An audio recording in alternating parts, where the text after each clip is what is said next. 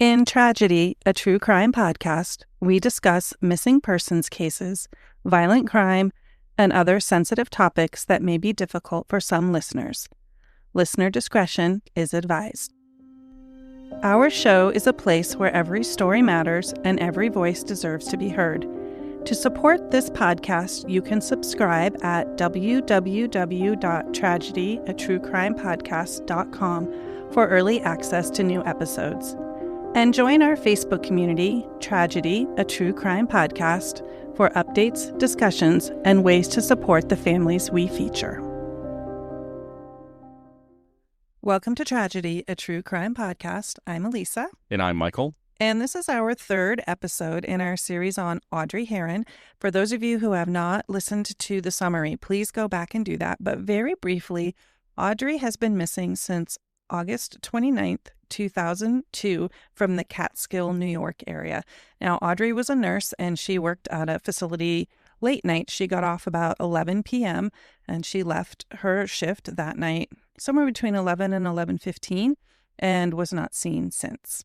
It's our understanding, too, that her vehicle has not been seen since. Yeah, that is correct. She did drive a black Jeep Grand Cherokee, and that has also not been found since her disappearance.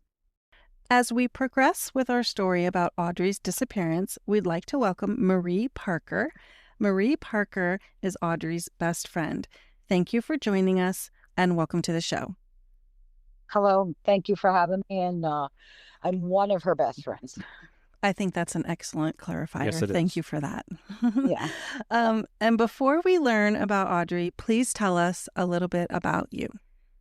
I don't know, just your everyday. I'm a grandma now. Actually, so is Audrey. Let's see. I moved from New York to South Carolina last year, but the last 20 plus years have been, I don't know, what you would call maybe a living nightmare, because every day is like it happened yesterday, and Audrey's always in the forefront of anything that I know I do. So, I mean, I'm never going to stop looking for her. At one point, a good friend had said to me, hey, you got to give in a little, live a little, let it go a little bit. And I did, but I'm not going to lie. I was very obsessed with finding my friend when it happened. I couldn't understand why we couldn't. So, done better, but I would love to be able to find out what happened to her, not just for me, but for her mom, who's still with us, her kids, now her grandchildren. So, yeah, I mean, I'm just your everyday average Joe. They call me Gypsy because I can pretty much paint, do, and all that stuff. But I'm just a waitress now, just hanging out and, living life. Mm-hmm. I And wish you could be with us. what would you like people to know about Audrey? Audrey was the mom that I wish I was half of. Audrey was very smart, very spunky. She could actually dance too, and she was pretty good at it. She was the best mom. I mean, she was the best daughter. She was very good to her parents, very close with her mom and her dad. She had a brother, Ray Ray. Family was kind of everything to her, I think, in my eyes. She was a nurse, hard worker. She was a pretty girl, but didn't underestimate her, being under 5 foot, because don't think she would ever have gone down without a fight. She was just a good person all around. She was a good human being with a big heart. Mm-hmm. So we all fall short, but I never really saw her fall short too many times. Can you tell us about the circumstances around her disappearance? Well, not gonna lie, when I first got the phone call, I kind of laughed at my then husband Jimmy and said, hey, did you check the mall? Because I mean, I worked out of town a lot. I was construction, and she would come and get my daughter Katie, because my daughter Katie and her eldest daughter Sancio were best friends. They were about 10. So when he first told me that she was missing, I was working out of town, and I said, no, she's probably at the mall. He goes, no, she's missing. And I gathered my thoughts, and I'm like, oh, wait a minute. Did you check the airport? Because Sancia had gone away with her mom. I didn't realize that she went in a camper, like they RV'd it down. So I knew she was in Florida coming back. So I'm like, okay, check the airport. I mean, it took him a good 10 minutes to make me realize, oh my God, she's missing. And I dropped the phone, asked my bosses. I was about 3+ hours away.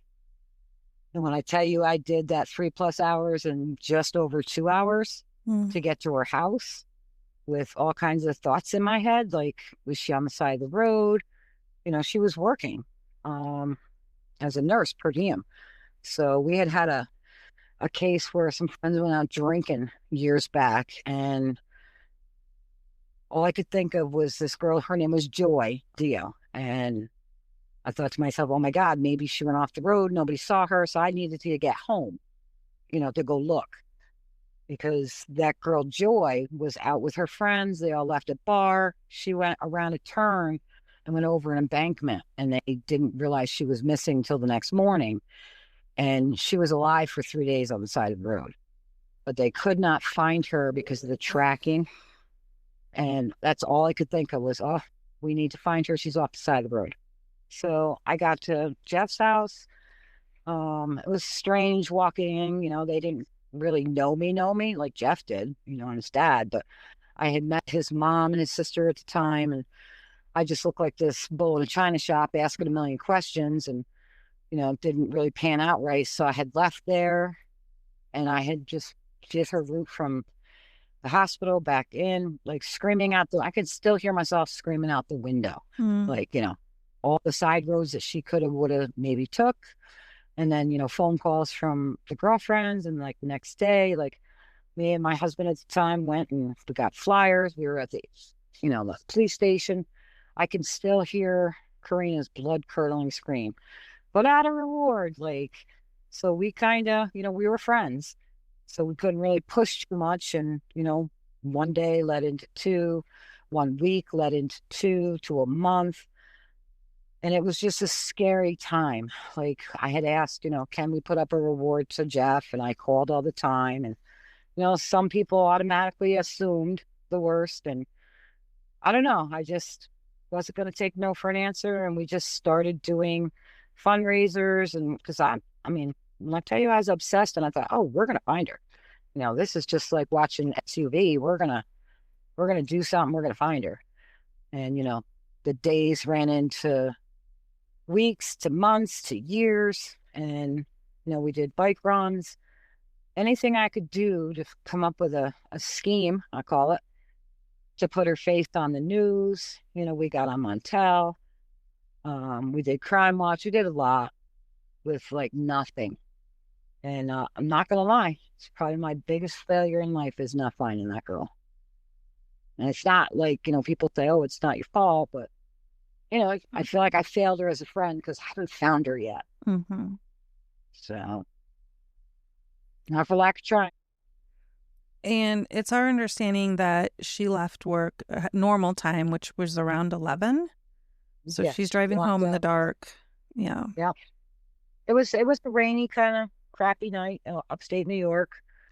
And I did the run because there was a nurse that was like, oh, she was behind me. And, she had this story. So they thought that they had her going up. They have her on, a camera, what looks to be her vehicle, making a left. And I did all this. I'm kind of a jerk. You tell me something, and until I actually believe everything you say, I got to put the pieces together in my head. Some people call me intimidating. Some people call me, overbearing, but I need to know. So if I don't understand it, you need to make me understand. And I did that ride. I was very upset to find out because I don't know. I got in the car, made like I was leaving. It's 11 o'clock. It's a busy street to pull out of the hospital. And then you got to go take a left, then take another left that is busy to get across, to go on the bypass and go up. And for somebody to say, oh, she was behind me up until, well, unless you made arrangements and you left at the same time, which I know that they did not, because that wasn't the nurse that stayed with her. The one nurse was the last one that talked to her. I mean, I did try to get a hold of her. They stayed and talked for a little while. So there's no way that, and I got to finally ask her one night at a vigil. We were having a vigil, and I said, of course, a million questions. And she just kind of hysterically jumped back and said, I don't know. I was just trying to be of help. Well, that's when I got angry and said, wow, you got everybody thinking she made it up this far or that far. And there's no proof of that. So I'm one of those, you gotta give me solid.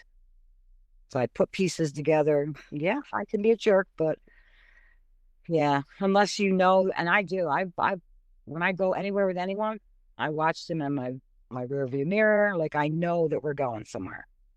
And yeah, so 12-mile ride. So I heard you It's like, say something a little interesting that is new to me, and just help me understand if I heard you correctly. It sounds like maybe she didn't actually leave at the end of her shift. She stayed and chatted with somebody a little bit. yep, yep. Okay. They were out there maybe, good 10 minutes or so. From what I understand, she had had some baby clothes in the car, which I didn't find out about till a while later. It should have been part of the description, because hey, if there was some discarded baby clothes, if they stole her Jeep, that wasn't in there till later. A lot of different things were said. Um, the timeline, I do, and I'm not gonna lie. I mean, I spoke to Jeff quite often up until a certain point, but the Audrey I knew would not have stayed overnight. Like the story goes, where they talked at 9:30. She was upbeat. She had gotten a raise. She was actually talking about that raise for quite a while. She was looking for this raise. And she got that raise.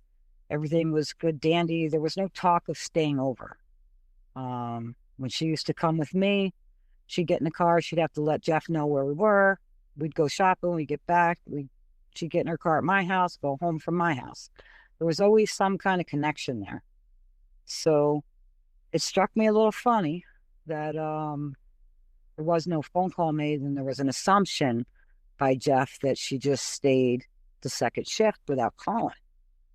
And then there was, the second call in looking for her at like 6:30, because I know from what I understand, could be wrong, but the timeline goes 9:30 phone call home, haha, I got my raise. Then 11 o'clock, she was to leave, didn't come home. He woke up at 2:30, thought nothing of it, did some dishes, left the kids sleeping. At 6:30 and 7, there was a phone call from Jeff to the hospital looking for her. And then this is me being a jerk again. Okay, so her shift, she stayed 11 to 7. Why were you calling at 6:30 or 7 looking for her when she wouldn't be home until 7:30-ish? Do you understand what I say when I say that? Mm-hmm. Yeah. Mm-hmm. So that, and mind you, I still never thought nothing bad. I still don't, because you can't make somebody guilty on assumptions and, the Russians and the rumors and all the stuff. But I can question why you didn't do certain things that you used to do. So it started rattling my brain. We started doing things. We started looking. We put her VIN number in. The wrong phone number was given to us. I can't imagine whoever heard me call. She had a bag phone. And for whatever reason, we were given the wrong phone number. And I remember calling that phone number going, odd, something happened. Let me come get you. For the first 30 to 45 days she was missing. So you just think about little things that could have been done. And then, of course, the first interview that was done, where a lot of people thought, because Audrey was a pretty girl. I mean, it wasn't called in until 9:30 the next morning by her dad's wife, which was Jeannie, Audrey's stepmom, because she worked for the state police, till about 9:30. And I call it boots on the ground. There was no boots on the ground at that hospital until maybe the earliest 12 o'clock. I don't know about you, but I can get from New York to Myrtle Beach in 10 hours. So all I kept thinking was, wow, lost time, lost things. And people, there's witnesses that say that the cops that were there were joking, pretty girl, they must have had a fight. So it was kind of not taken serious right away. So to me, that's lost time again. And then, of course, she had all the rumors of the Russians and, people not talking. And we raised a reward, and Jeff kind of stayed in the background. And, people get suspicious when you don't do anything. I always just say, you know what? If he's not guilty, he's definitely guilty of never looking for her. Whether he did behind closed doors, I don't know about that. I'm pretty sure I tried my damnedest to be in the same ball field. And just after a while, you give up thinking, wow, you just step away, you try to look into other things. But I'm still angry that it wasn't done a different way. Coulda, woulda, shoulda, but you know, I think whatever happened to Audrey, the person knew her or she knew them. Audrey would yell at me because, I picked up hitchhikers, I did construction. I hitchhiked when I was a kid, so I had no fear. But she always used to say, what are you doing? And I don't know. I've done the psychic route. I mean, I've damaged some cars. I've been on property I shouldn't be on. We've had the divers in there. It's just very heartbreaking because now, of course, by now I guess I can say it out loud. Sansi is now pregnant for her second grandchild. And I feel guilty that I see everything Audrey should be able to see. Yeah, it sounds like she's missing a lot. Yeah. I mean, I used to feel bad because, mind you, when this all happened, Sansia went to live with her real father, Dave, and the two other kids, which we were all real close. But the animosity and the rumors and what have you, I guess, it all blew apart. The whole friendship circle, it just changed everything. And I can still remember seeing Katie. She of course had a Katie too. And last time I saw Katie, she was like 4. I used to call her Chatty Cathy because she'd always get on the phone with me.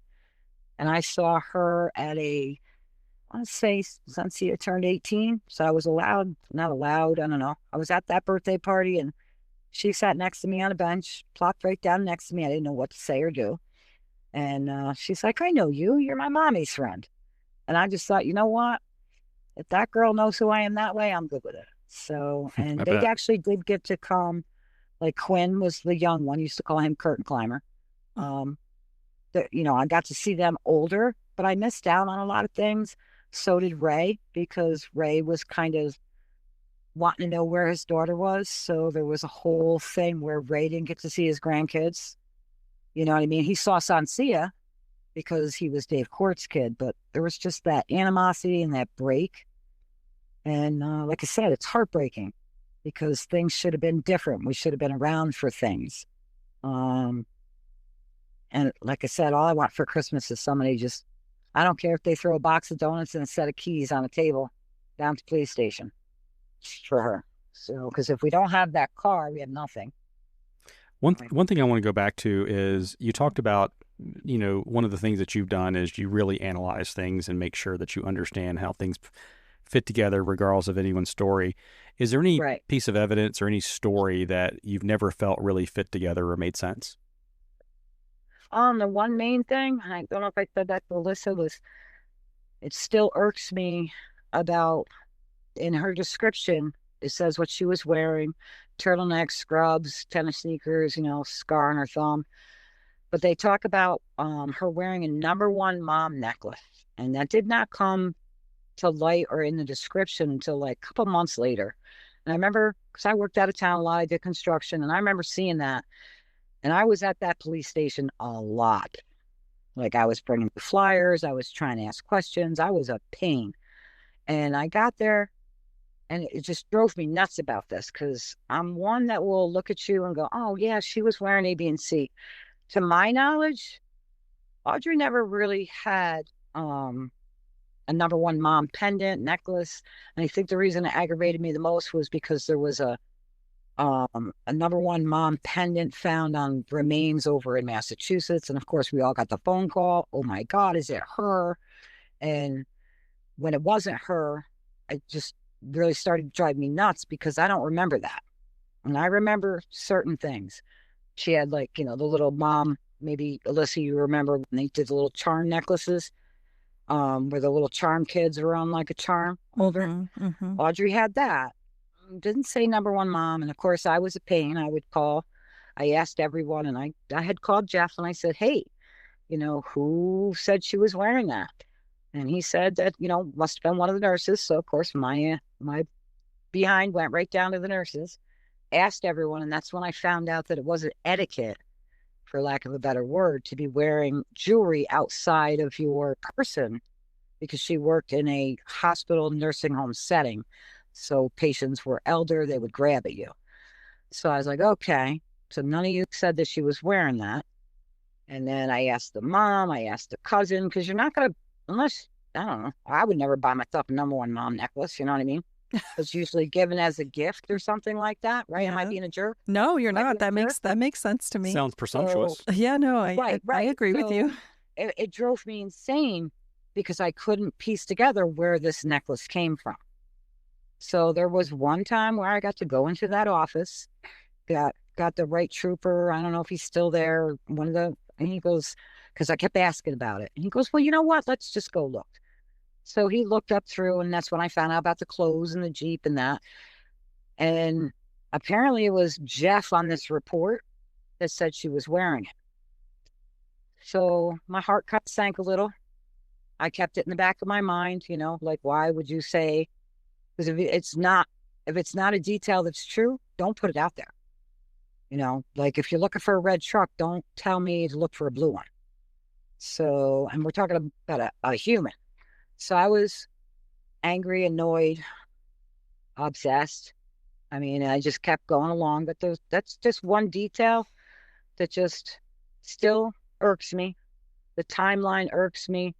The fact that, like, because he was inactive in things, I mean, I guess other people say, yes, he was. No, he wasn't. But I mean, we hired a private investigator.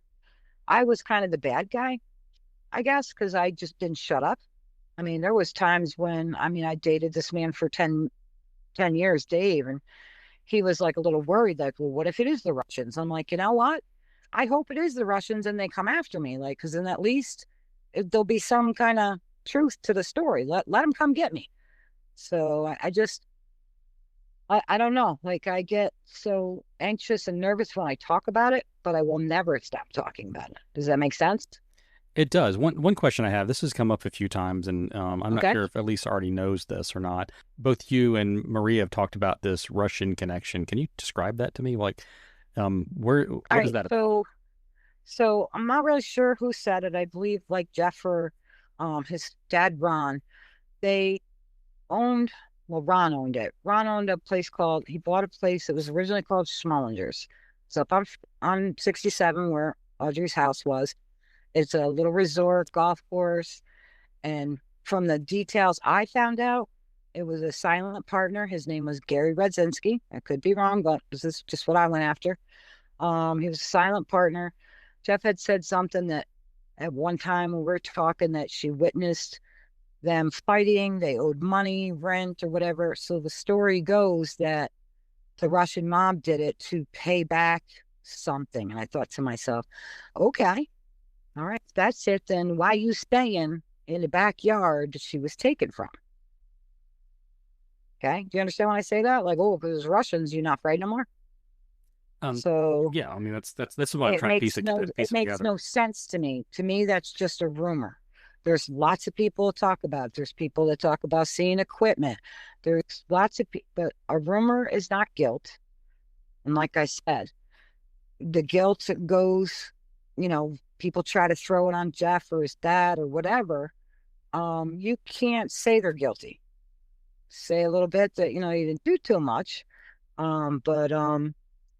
And I was friends with Jeff. Like me and Audrey tried to get our husbands at the time, um, to go out together. We had gone out a couple times, had dinner. I mean, my husband at the time didn't really click too good. And in fact, that first weekend, I mean, my husband was on TV much more so than Jeff. And I'll never forget him getting back into the car after posting, because I would be driving and he'd be getting out, stapling posters up.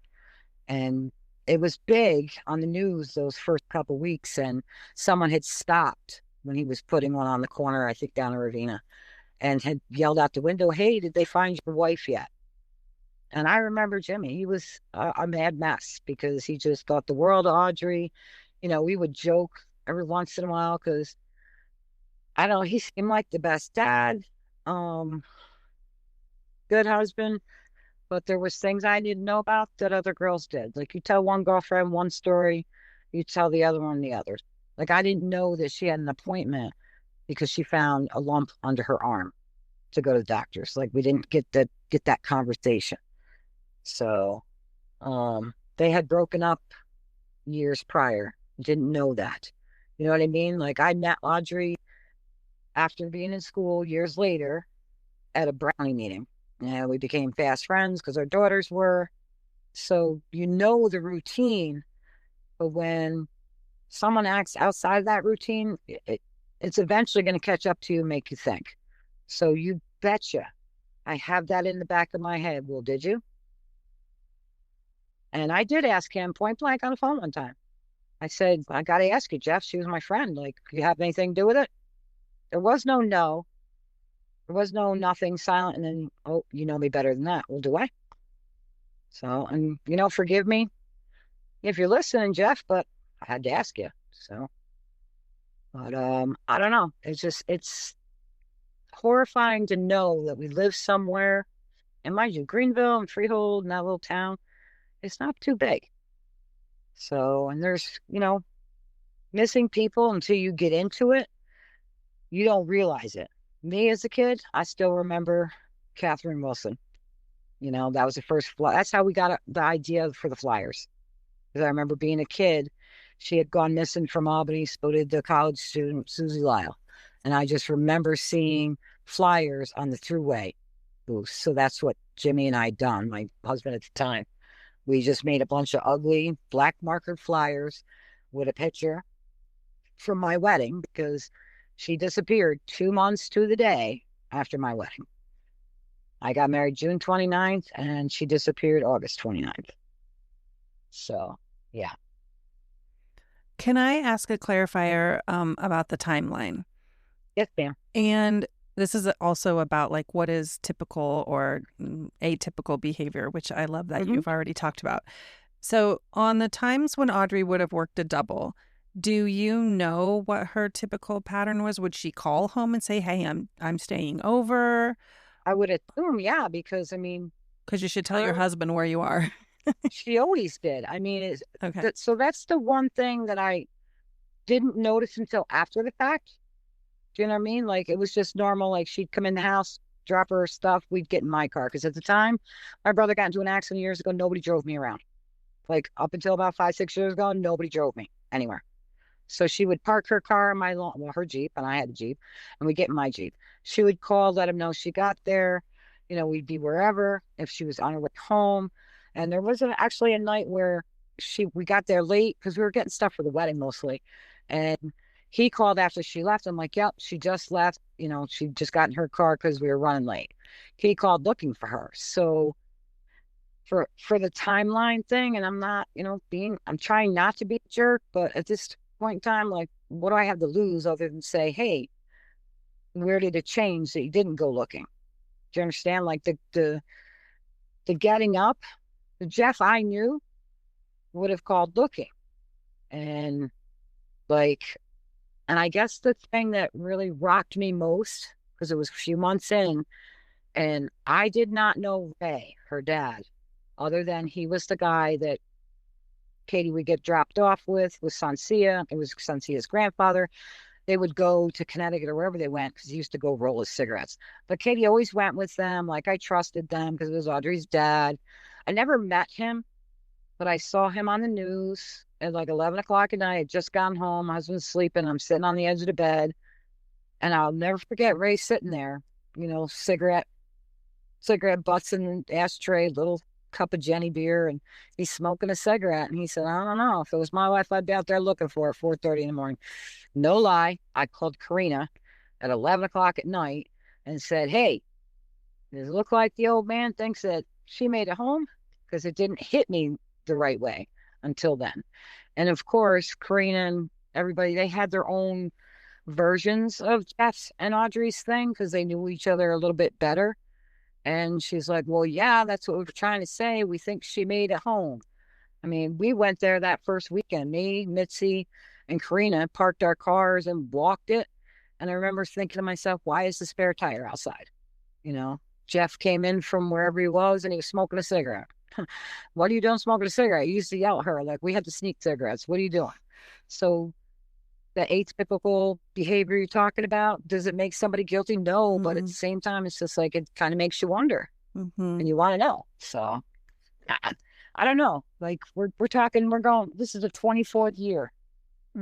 And we don't know anything more than we knew the day that she went missing. No Jeep, no nothing. No phone, no footprint. Tire tracks, no nothing. So, and it's just sad to think, wow. I mean, I wish we had Facebook back then. I wish we had the internet that we had back then. Oh, I bet. What about her behavior? There was anything strange going on with her, maybe leading up to her disappearance? None that I know of. None that I know of. I mean, she worked. She shopped. I mean, that was Audrey. Like, you know, she was a good friend to all of us. Like, there was never any craziness. Tell us a little bit about law enforcement's response. I know you already indicated that it wasn't swift, but keep telling us about what that looked like moving forward from there. Dave Darling was the main guy, and he retired, but he worked tirelessly. He wanted to know what happened to her before he retired. I mean, I had a conversation with him one time because there's the whole big story about how Jeff took a lie detector test and failed it. It's never been confirmed. I think Jeff himself thinks that he took it. I mean, I don't know how you can confirm it or not confirm it. I could be wrong. But from what I understand from a conversation, because again, I was always at that police station, and Mr. Darling took me in the back. Hope he's not around to come follow through with the threat of, hey, if you say anything. He was very upset because that was the thing. Everybody thought he took a lie detector test. He did, but I guess it was inconclusive, didn't finish it, something. And I could be wrong. But he was very upset that his dad, Ron, came into that thing, took him out and lawyered him up. And again, that led to more suspicion at the time. Why are you getting a lawyer? You know, it's kind of like watching a TV series in your backyard.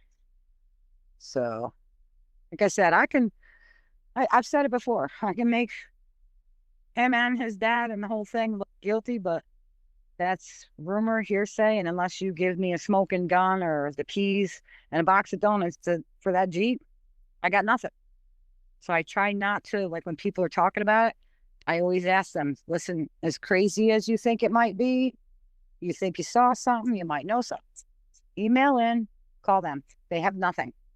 Like we had a kid that came on we had a BraveNet guest book at the time before Facebook. And somebody came on there acting as if they were Audrey. I'm okay, leave me alone, don't look for me. Well, you serious? You think I'm not going to look for you?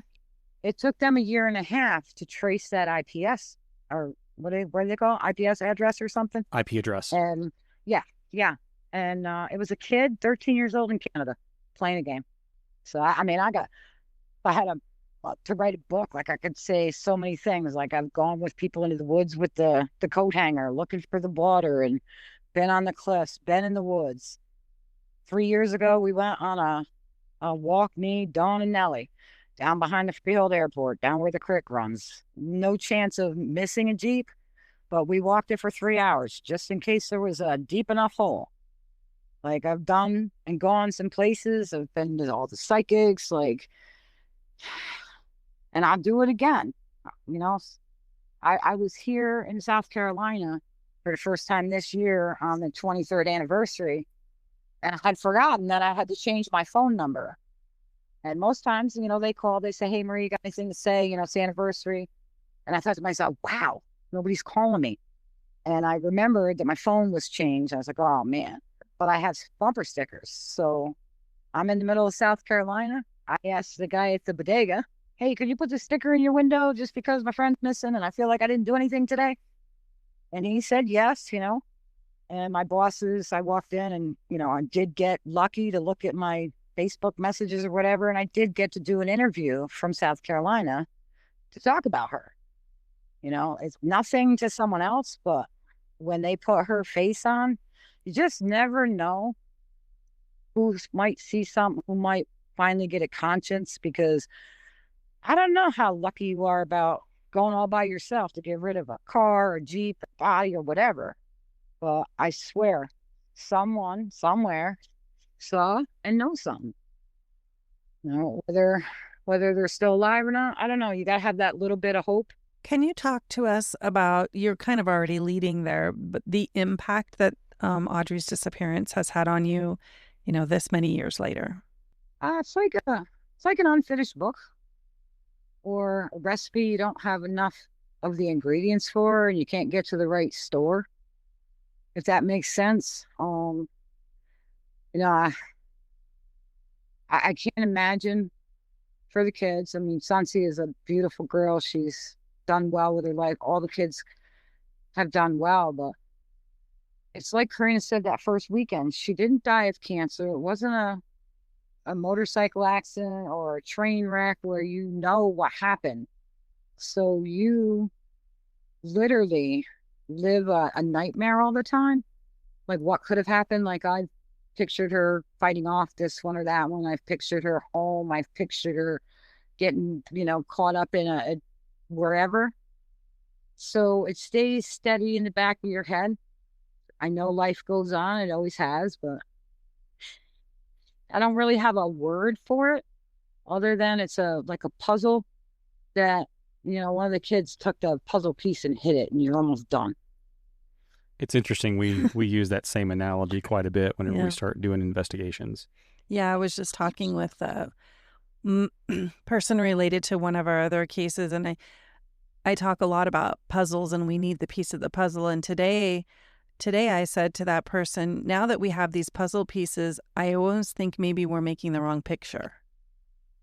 Like, maybe our idea of these puzzle pieces going together to create, I don't know, a mountain scene, maybe we're driving towards the wrong picture.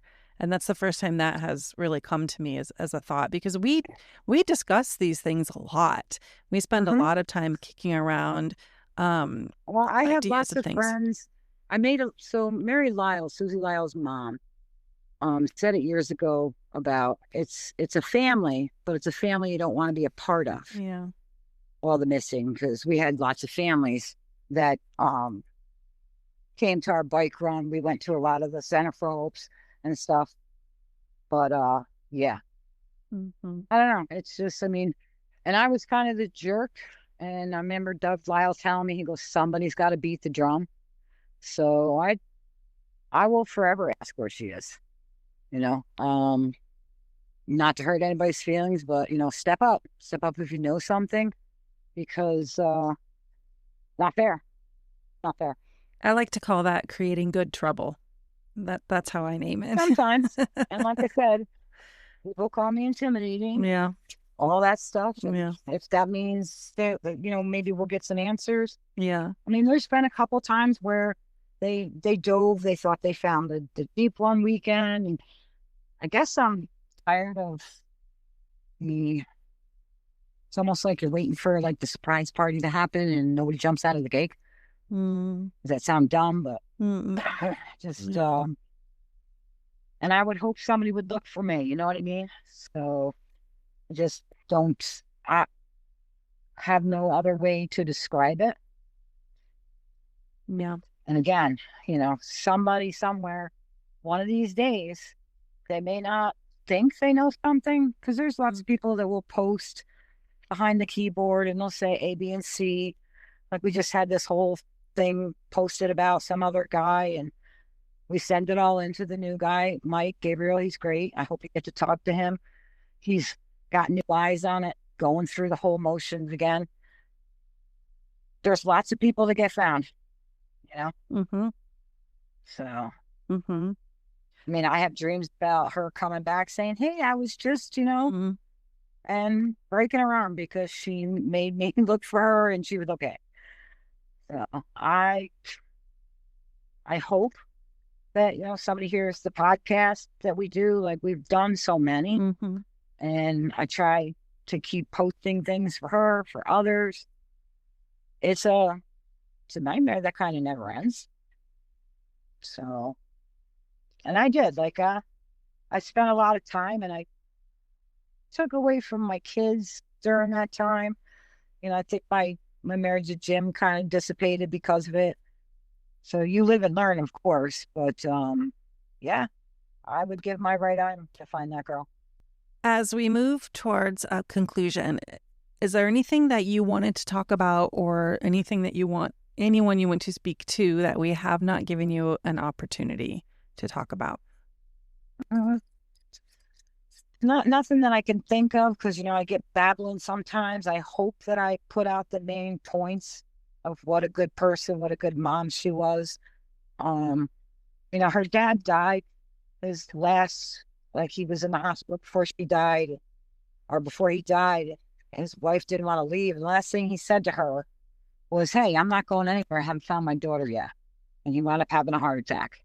And it would just be good to put it to rest for her mom, because her mom is up in age, and her kids, and it's just not fair. I mean, whoever's out there listening, if you got something to say that might help, please come forward.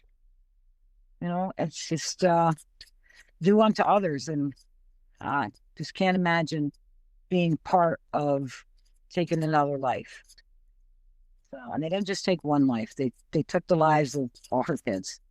They've had the two little ones, they have memories. Sansa was 10, but it's not the same. You don't know what happened to her. And I wish somebody would put it to rest.